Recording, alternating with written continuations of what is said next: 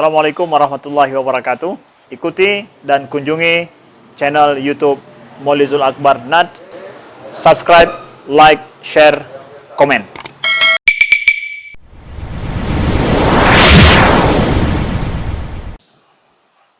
Assalamualaikum warahmatullahi wabarakatuh. Innal hamdalillah nasta'inuhu wa nastaghfiruh wa na'udzu bihi min shururi anfusina wa min sayyiati a'malina. May yahdihillahu fala mudilla lahu wa may yudlil fala hadiya lahu. Asyhadu an la ilaha illallah wahdahu la syarika lahu wa asyhadu anna Muhammadan 'abduhu wa rasuluhul karim. Allahumma salli wa sallim على نبينا المصطفى محمد وعلى آله وأصحابه أجمعين. أما بعد، رب اشرح لي صدري ويسر لي أمري واحلل عقدة من لساني يفقهوا قولي. Segala puji bagi Allah, kemudian salawat dan salam kepada Rasulullah, pada keluarga dan seluruh sahabat-sahabatnya, Bapak Ibu serta adik-adik jamaah salat subuh yang Allah muliakan insya-Allah di dunia dan di akhirat. Salah satu kenyataan yang harus kita terima ketika kita dilahirkan bahawa seluruh hidup kita berada di dalam genggaman Allah Subhanahu wa taala. Tidak ada satu pun yang bergerak dalam diri kita kecuali dengan izin Allah. Dan tidak satu detik pun Allah luput daripada menuntun semua yang kita lakukan. Maka di dalam hadis Nabi disebutkan bahawa kita ini sudah ditentukan kadar baik, kadar buruk dimulai dari 120 hari dalam kandungan. Dan itu dicatat bersamaan dengan rezeki.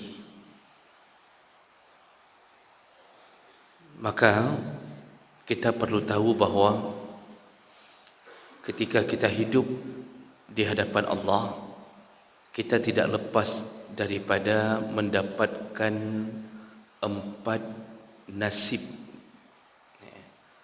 Jadi ada 4 golongan yang nasibnya dalam genggaman Allah dan tidak bisa lepas.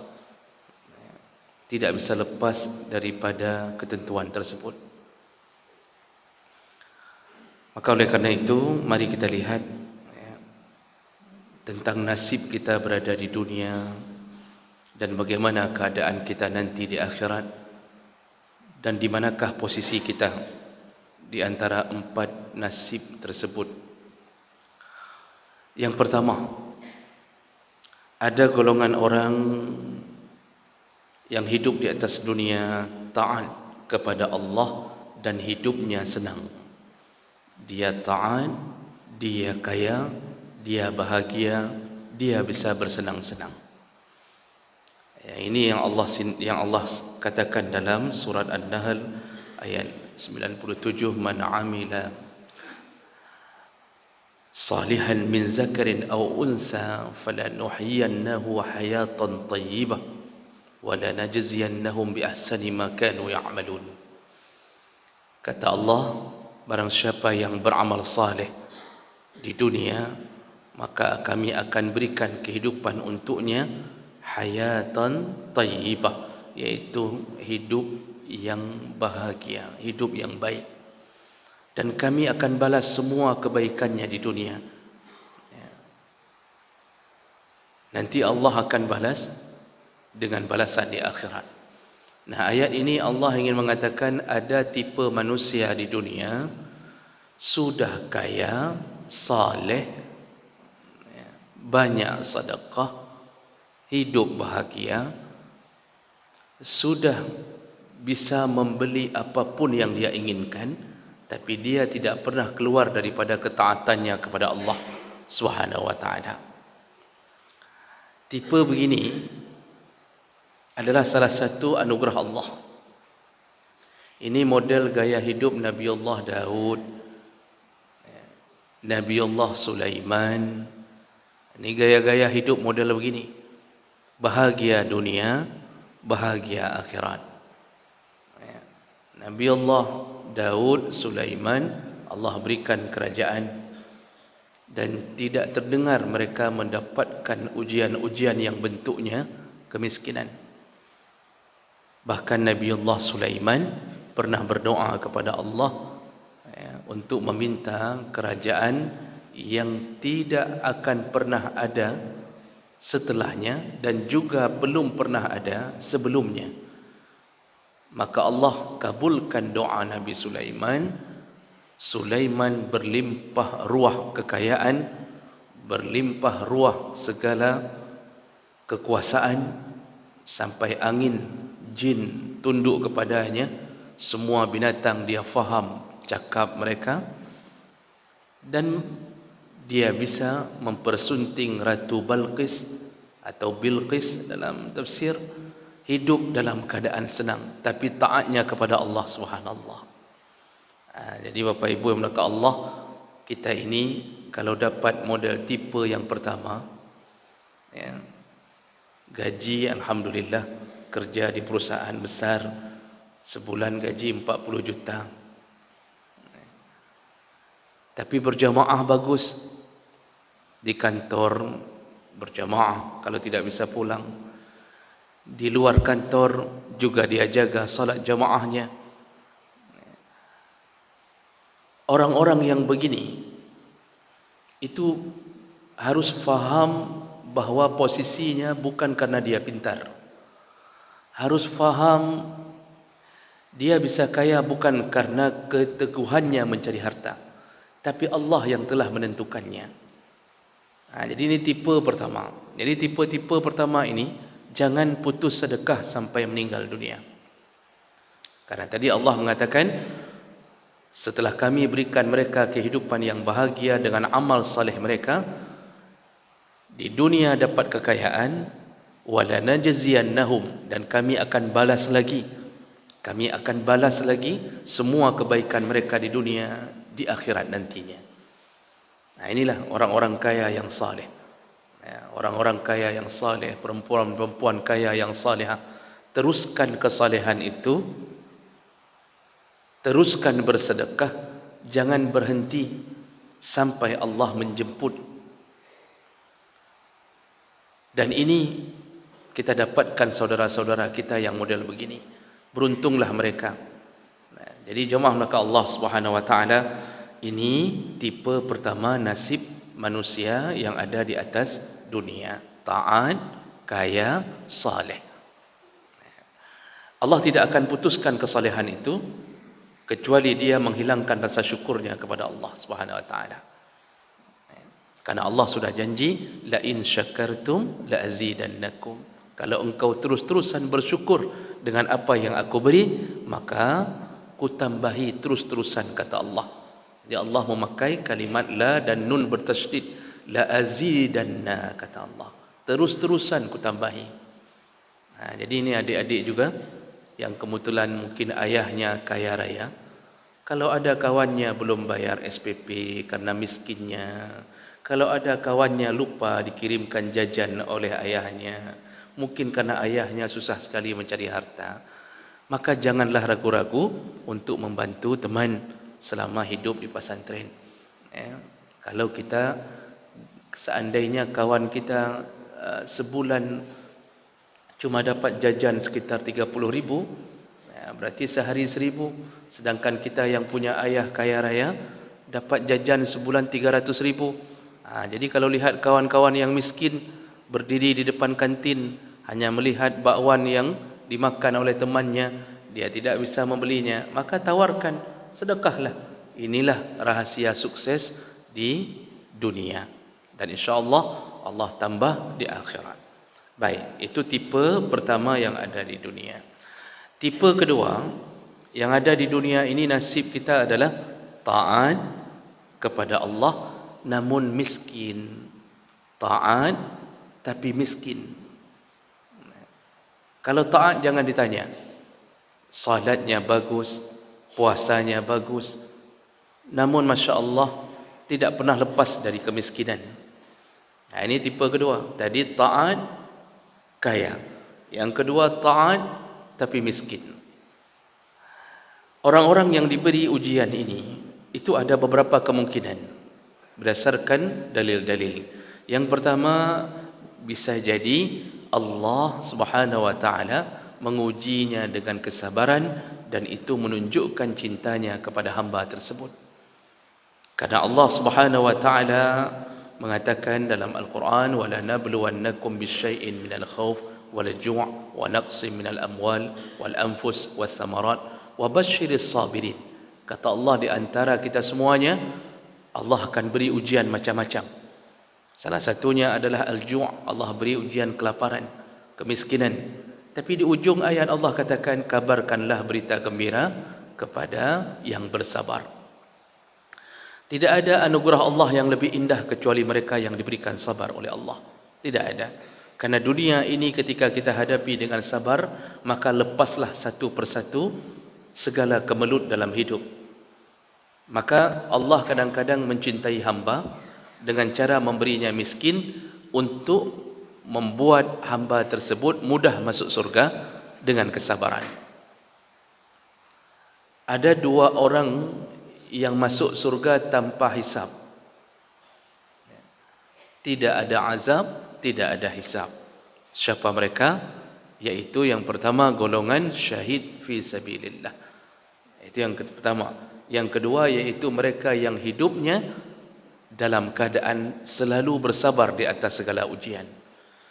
Sudah sakit, sudah miskin, sakit lagi, tapi tetap taat. Makanya banyak kita lihat sekeliling kita, Bapak Ibu maka Allah, kadang-kadang ada yang kerjanya tidak berubah-berubah. Dari dulu cuma mendayung becak dengan gaji mungkin sekitar 30.000 per hari, ya, paling banyak 50.000. Dengan kehidupan yang sekarang ini, 50.000 itu tidak ada apa-apanya. Tapi Masya Allah, setiap kali azan berkumandang, dia datang berhenti di masjid-masjid Allah, lalu dia berjamaah, tidak pernah sedikit pun mengeluh. Ada orang yang jualan, kadang-kadang cuma jualan bakso bakar, jualan siomay, berapalah dapat? Karena tidak semua orang suka bakso bakar kadang-kadang. Jadi Bapak Ibu maka Allah, orang-orang yang begini Allah uji dengan kesabaran, dan ini adalah tipe yang Allah cintai. Itu kemungkinan pertama kenapa dia diberi miskin, yaitu Allah ingin mengujinya dengan berbagai ujian yang dia bisa masuk surga dengan kesabarannya. Atau kemungkinan yang kedua, kita bisa saja dimiskinkan Allah. Bisa saja dimiskinkan Allah di dalam ketaatan kita, namun mungkin masih ada sisa-sisa dosa sebelum kita bertaubat. Atau ketika kita bertaubat, masih ada perbuatan-perbuatan yang menjadi sela-sela dosa di dalam kehidupan. Nah, ini Allah ingin mencabut dosa-dosa tersebut dengan cara memberi ujian kemiskinan. Allah ingin melihat di tengah-tengah taubat kita sabar atau tidak kepada Allah. Makanya Allah katakan dalam surat As-Sajdah 21, وَلَنُزِيقَنَّهُمْ مِنَ الْعَذَابِ الْأَدْنَى إِلَى الْعَذَابِ دُونَ الْعَذَابِ الْأَكْبَرِ لَعَلَّهُمْ يَرْجِعُونَ. Jadi di antara manusia ada yang diberi azab yang rendah sebelum datangnya azab yang tinggi atau yang besar. Ini azab adna, ini maksudnya adalah kehidupan di dunia. Dia diberikan ujian lebih dahulu. Allah ingin hapuskan dosa dengan memberikan kemiskinan agar dosa itu terhapus dengan kesabarannya. Jadi kalau begitu, kita ini kalau taubat, maka taubatlah yang sempurna. Jangan membuat Allah memberikan sesuatu sebagai penghapus dosa, dan itu akan kadang-kadang membuat kita tidak sabar dalam hidup. Tapi insya-Allah kalau taubat kita taubat yang baik, Allah masih memberi sesuatu, maka berarti Allah ingin menaikkan derajat hamba melalui kesabaran.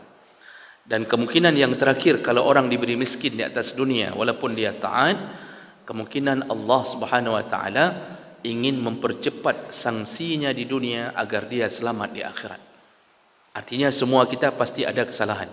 Kullu bani Adam khata'. Setiap kita pasti ada kesalahan. Tidak mungkin kita hidup lempang begitu saja. Kita tidak tabrak orang, kita ditabrak orang. Kita tidak ngupat orang, kita diupat orang. Begitu terdengar bahwa ada orang mengupat kita, langsung kita mulai mencari cara untuk membalas. Ujung-ujungnya kita juga jatuh ke dalam dosa. Nah, kadang-kadang dosa-dosa ini Allah tidak tunggu untuk diselesaikan di akhirat, tapi Allah ingin selesaikan di dunia. Maka dipercepatlah sanksinya di dunia. Salah satu sanksi adalah Allah beri kehidupan yang miskin. Di saat seperti itu berhusnudzanlah kepada Allah Subhanahu wa taala. Dalam hadis disebutkan Rasulullah sallallahu alaihi wasallam mengatakan, "Iza aradallahu bi'abdihi khairan ajjala lahu al-'uqubah fid dunya." Salah satu cara Allah memberikan kebaikan kepada seseorang yaitu mempercepat sanksi atas kesalahannya di dunia. Dipercepat sanksinya di dunia. Jadi nanti ketika bertemu Allah, tidak ada lagi yang Allah selesaikan di atas sanksi-sanksi terhadap kita. Maka oleh kerana itu, tetaplah hidup dalam ketaatan walaupun kita dalam keadaan miskin. Dan jangan pernah mengeluh di atas keadaan tersebut. Kalau tadi nomor satu, kaya dan taat, itu disuruh bersyukur banyak-banyak. Yang nomor dua, miskin tapi tetap taat, ini disuruh bersabar banyak-banyak. Bersabarlah banyak-banyak. Maka insya-Allah Allah akan pelihara dia sampai ke akhirat. Yang jangan mengharap-harap untuk dimiskinkan Allah. Jangan berdoa supaya miskin. Jangan berdoa supaya Allah beri azab di dunia. Karena kalau Allah beri, kita kemungkinan tidak mampu menghadapinya. Tapi hadapilah apa yang Allah beri. Tapi jangan diminta. Jadi jangan pernah minta miskin dalam doa kita. Mintalah kaya. Karena banyak orang yang kadang-kadang meminta miskin, kemudian menyesalinya. Hidup itu sebenarnya lebih enak menjadi orang kaya tentunya. Namun kaya yang bersyukur. Jangan minta untuk Allah miskinkan gara-gara ingin masuk surga. Karena miskin pun belum tentu masuk surga, seandainya mereka tidak dekat kepada Allah Subhanahu wa taala. Nah, ini tipe yang kedua, yaitu taat tapi miskin. Perbanyaklah bersabar. Kemudian yang ketiga, nasib kita di hadapan Allah yang ketiga adalah orangnya suka maksiat tapi kaya. Ini tipe ketiga. Suka maksiat tapi kekayaannya melimpah ruah. Gaji besar tapi tidak pernah salat.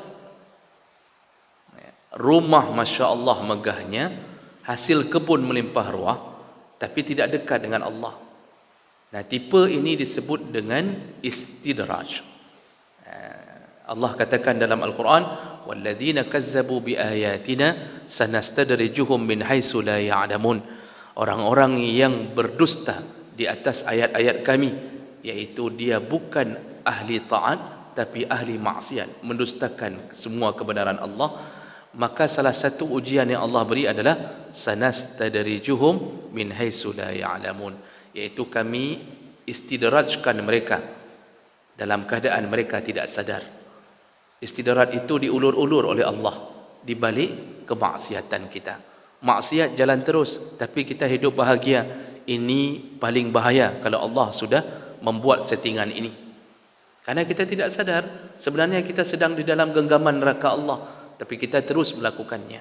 Dan ini banyak, Bapak Ibu, maka Allah, lihatlah para pejabat-pejabat yang koruptor, pejabat-pejabat yang hidupnya siang malam hanya bermain-main dengan maksiat, bermain game judi online, ada yang datang ke prostitusi, lalu mencari pemuas-pemuas nafsu mereka, hidup dalam keadaan kaya, gaji melimpah ruah, tapi hidup dalam maksiat.